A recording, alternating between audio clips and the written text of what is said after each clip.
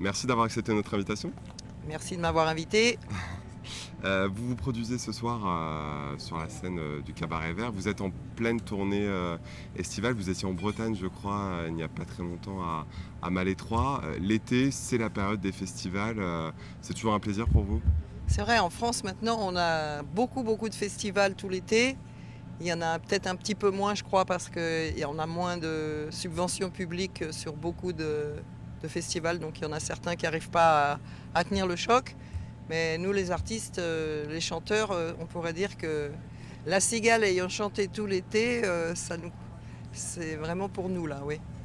Quel est votre plaisir par rapport à une scène close, type La Cigale à Paris justement, d'être voilà, sur une scène ouverte comme ça, dans un lieu en plein air, devant plus de gens forcément?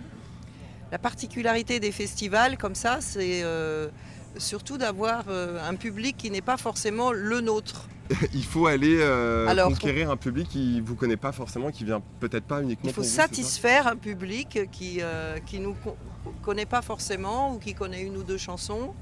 Et d'ailleurs, on voit bien, surtout dans les festivals où l'entrée est gratuite, on voit les gens qui sont devant, qui sont, disons, les aficionados qui vous aiment beaucoup. Et puis, si on ennuie les gens, on voit là-bas, oh, ça part. Et que donc, quand tout le monde reste, c'est que on a bien fait le match est réussi. C'est bon signe. Qu'est-ce que vous essayez de, voilà, de transmettre à votre public sur scène? Vous vous dites, voilà, il doit ressortir d'un de mes concerts, dans quel état d'esprit un spectateur lambda? À mes concerts, j'espère donner déjà une très bonne musicalité euh, avec des chansons qui sont très variées les unes avec les autres. Il y a quand même une unité d'interprétation, mais disons on passe d'un funk à de la chanson française classique en 3 temps. Après il y a un rock and roll très dansant. Après il y a un côté un peu hard rock.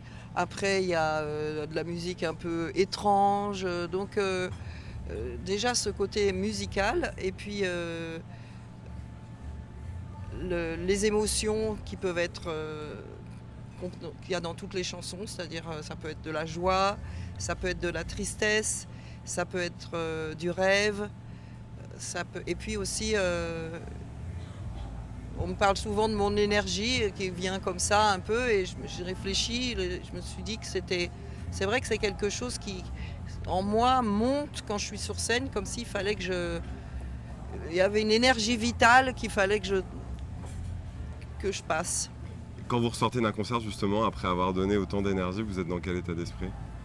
Physiquement et... Souvent, je suis encore bien sur les hauteurs et c'est plutôt le lendemain ou 2 heures après que je crois qu'il y a une espèce de... Comme pour un sportif, par exemple, on ne peut pas manger tout de suite, on a les yeux qui brillent, on pourrait raconter, parler pendant un bon moment. Quel répertoire vous allez jouer ce soir au Cabaret Vert? Ce soir au Cabaret Vert, je joue des nouveaux titres, certains qui sont d'ailleurs pas encore sortis nulle part et qui sont prévus pour novembre pour l'album et puis septembre pour un extrait comme on dit maintenant. Et puis aussi des anciennes chansons, Les classiques? des très anciennes chansons, des classiques, des chansons d'Erita moins connues. Je me suis fait plaisir, j'ai écouté tous les albums d'Erita, je me dis qu'est-ce que j'ai envie de chanter. Vous avez pioché comme ça dans votre Oui, discographie avec ce que j'avais envie de chanter et aussi avec l'orchestre que j'avais, me dire qu'est-ce qui va sonner bien avec eux et qu'est-ce que j'avais envie de chanter. Les gens vous Par demandent... exemple, une chanson comme Le Petit Train, j'avais pas envie de la chanter, donc je ne la chante pas, voilà. Les gens vous demandent comme ça les grands tubes d'Erita régulièrement. Marcia Baila, on a entendu tout à l'heure pendant les balances que vous répétiez cette chanson. On sait que le public est heureux d'entendre les plus grands succès et c'est un plaisir de les faire aussi parce que ça met tellement de joie et puis c'est comme quelque chose qu'on a en commun vraiment fort avec le public d'avoir ces chansons qui ont été... On me dit oh merci, on a tellement dansé sur vos chansons et ça c'est un honneur pour un artiste d'être aimé comme ça et d'avoir... On a fait notre boulot, quoi. Le Festival du Cabaret Vert a cette petite particularité, vous le savez, d'être un festival qui se veut écolo-responsable. On trie ses déchets, voilà. Vous, l'écologie, c'est une thématique qui vous parle en tant que citoyenne, tout simplement? Je pense que tout le monde, ça parle un peu à tout le monde. Il y a une prise de conscience générale, bien sûr. Vous êtes sensibilisé à ça? Vous triez vos déchets vous-même ou... Bah, vous savez, le tri des déchets, c'est un peu spécial parce qu'on sait qu'il y en a 80% qui sont quand même cramés. Donc, mais bon, c'est une bonne intention en tout cas. Ce qu'il faudrait, c'est arriver à faire moins de déchets, tout simplement, déjà. Enfin bon, j'ai pas à faire de leçons là-dessus. Moi, je suis une chanteuse. Et si j'ai quelque chose que j'ai vraiment envie d'exprimer, je le ferai en chanson, mais en tout cas pas là, ou alors j'en parle avec des gens en privé. D'accord. Un mot sur les musiciens qui vous accompagnent ce soir sur scène. C'est un orchestre avec lequel vous jouez depuis longtemps ou pas? Ben, si vous tournez la caméra et que vous arrivez à faire un demi-tour, vous allez les voir, ils sont en train de manger là. Ça serait marrant d'ailleurs, non?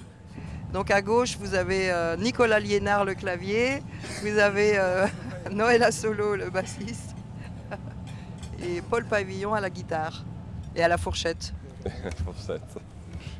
Dernière question, on a interviewé hier une chanteuse ardennaise qui a grandi ici à Charleville-Mézières, Fishback. Vous la connaissez, les médias, enfin, vous le savez, font souvent le rapprochement entre elle et vous, de par son timbre de voix ou ses références aux années 80. Est-ce que vous connaissez son répertoire? Malheureusement non. Malheureusement non, d'accord. Donc je vais peut-être le découvrir. Elle s'appelle Fishback, mais c'était hier soir. Fishback. Fishback, ouais. Ah oui, je connais ce nom en fait, oui. D'accord, très bien. Bon, parce qu'elle, en tout cas, les gens lui parlent souvent de vous en fait, en lui disant. Ah bah tant mieux. Voilà, et elle est plutôt honorée de cette filiation artistique. Magnifique. Votre prochaine actualité après ce cabaret, vous allez aller dans d'autres festivals cet été? Qu'est-ce qu'il y a comme actualité un peu marrante à raconter? On fête les 30 ans d'une salle parisienne qui avait fait sa réouverture après avoir été une salle sur les grands boulevards du Gai Paris où il y avait Maurice Chevalier qui venait chanter et qui s'appelle La Cigale. Et ce qui est marrant pour moi, c'est qu'en fait on avait fait la réouverture de cette salle il y a 30 ans exactement. Et Boulevard c'est amusant de fêter cet anniversaire. Bien, bon concert à vous ce soir. Merci et bonne continuation à tous. Merci beaucoup. Merci beaucoup.